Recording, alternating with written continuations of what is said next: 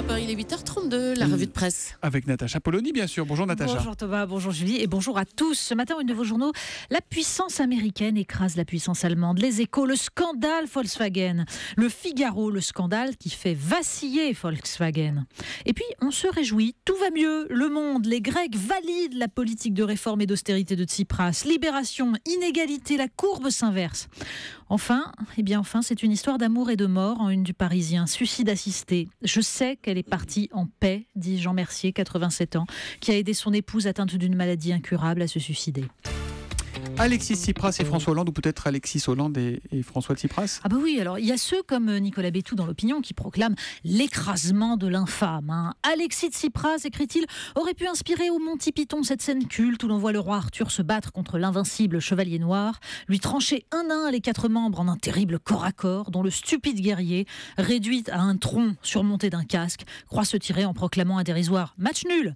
Match nul, écrit Nicolas Bétou. Match nul donc pour Alexis Tsipras qui a perdu tous ses pouvoirs, sauf celui d'être reconduit à la tête du gouvernement pour faire la politique de redressement que lui a imposé l'ensemble de ses créanciers. Ça, c'est la version décomplexée, vous aurez compris. Mais l'Opinion nous explique surtout comment cette réélection fait rêver un François Hollande qui y voit l'écrasement de la gauche radicale et de ses espoirs de plan B. La preuve qu'il en rêve ? Eh bien, Laurent Geoffrin dans Libération proclame la victoire de la gauche réformiste. En Grèce, écrit Laurent Geoffrin, le peuple a choisi l'Europe. Serait-elle porteuse d'efforts douloureux ? Il cite même les confidences du président de la République. Voyez, dit-il subrepticement, on peut mener une politique de compromis avec l'Europe, rigoureuse, douloureuse même, et se faire réélire. Bon, peu importe si 2 pages plus loin, le correspondant de Libé à Athènes explique qu'une bonne partie des électeurs qui auraient voulu voter pour les dissidents de la gauche radicale ont voté Tsipras, de peur que sinon la droite ne l'emporte. Après tout, c'est le résultat qui compte. On a du mal à le croire et pourtant les inégalités auraient arrêté de se creuser dans notre pays. Oui, si on peut expliquer que l'horizon s'éclaircit, ça aide. À défaut d'une courbe du chômage, la courbe des inégalités qui s'inverse, c'est un message au peuple de gauche. D'où l'annonce en fanfare en une de Libération. Avec un article qui s'ouvre sur ces mots. Non, François Hollande ne mène pas qu'une politique sociale libérale. Bon, pour apprécier les bouleversements, il faut être capable de regarder après la virgule. Le taux de pauvreté est passé de 14,3 à 14%. L'écart entre la masse des niveaux de vie détenus par les 20% les plus pauvres et les 20% les plus riches passe de 4,6 à 4,3.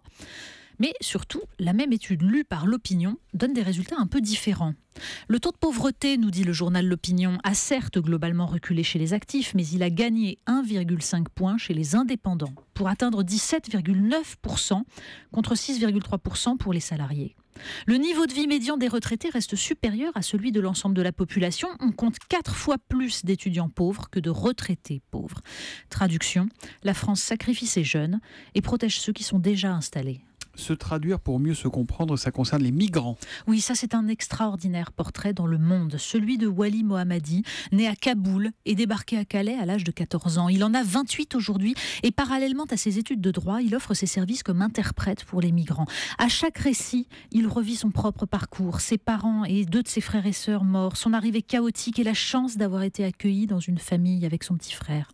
Il raconte cet appel de pompiers au milieu de la nuit pour traduire la conversation d'une famille enfermée dans un camion frigorifique. Il tambourinait, dit-il, le camion roulait, le chauffeur n'entendait pas. Un bébé semblait déjà mort de froid dans les bras de sa mère. Son frère aîné s'efforçait de marcher dans le camion. Le pompier leur demandait d'essayer d'apercevoir un panneau de signalisation par un interstice. Au bout de 2 heures, la batterie s'est vidée et la communication a été perdue. Wali Mohammadi n'a jamais su si cette famille avait été sauvée. Mais il veut surtout dire à quel point lui estime que la France constitue un meilleur choix que l'Angleterre parce que l'accueil y est réel. Il regrette seulement, dit-il, qu'on ne fasse pas toujours confiance à ses intuitions, notamment quand il croit détecter des talibans derrière le récit de simples demandeurs d'asile. On parle alimentation avec le Parisien. Oui, alors que le Parisien nous explique que les salades que nous ingurgitons sont pleines de pesticides. Eh bien, en fait, ce qu'il faut aller lire, d'ailleurs, c'est la magnifique revue 180 degrés. Vraiment, elle est splendide. À chaque fois, et là, elle nous propose un voyage extraordinaire. Vous oubliez les salades aux pesticides.